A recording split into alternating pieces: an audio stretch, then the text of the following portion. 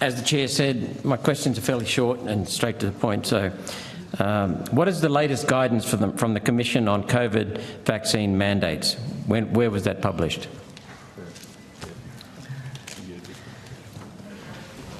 We're just getting Commissioner Finlay to the table.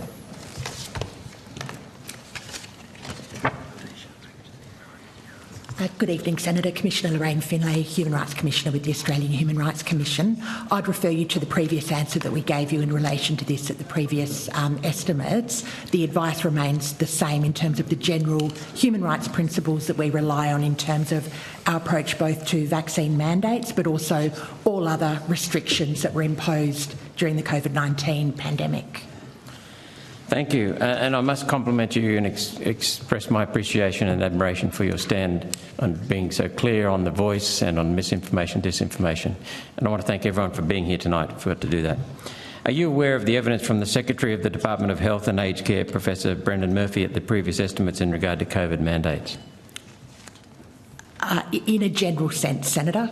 On June 1st, Professor Brendan Murphy said that, quote, "At this stage in the pandemic, there is little justification for vaccine mandates," end of quote. That's the most senior health bureaucrat in the country who said that. There doesn't seem to be any updated guidance from the Commission on vaccine mandates, despite the fact they are still in effect at employers and are clearly a breach of human rights that's not proportionate to any benefit, supposed benefit. Why haven't you come out clearly on this issue? Well, Senator, I'd answer that in two respects. The first is that the guidance in terms of the general human rights principles remains the same.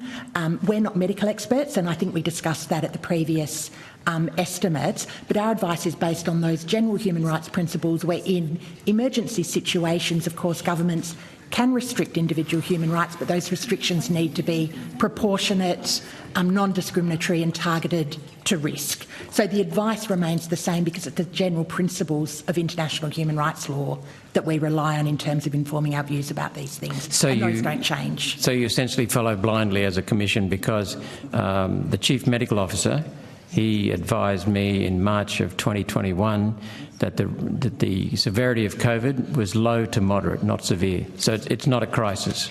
So, no, Senator, our advice doesn't follow blindly, but again, I'd refer back to the evidence that we gave previously and note that, for example, the most recent TGA advice in relation to their vaccination safety report repeated the same advice that we discussed at the previous estimates in terms of the benefits of the vaccination outweighing the risks, and it's on the basis of that the general principles of human rights law can then apply.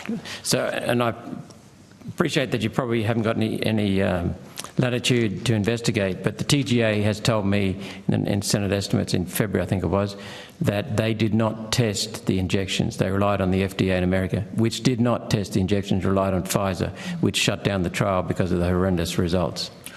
I can't provide any information. No, I wasn't expecting you. I'm just... But perhaps we'd just refer to the second aspect of the answer that I was meaning to get to, which is, of course, we'd welcome the opportunity for these issues to be explored at the COVID-19 inquiry that's been announced. And certainly we have made public comments in relation to that inquiry about the need to not only look at the economic and scientific impacts and advice that were given throughout the pandemic, but the human cost of the pandemic as well. That's refreshing to hear. Thank you. Let's move on to the voice. Senator Roberts, we don't have time to move on to the voice right now because we have to go to a break. Okay.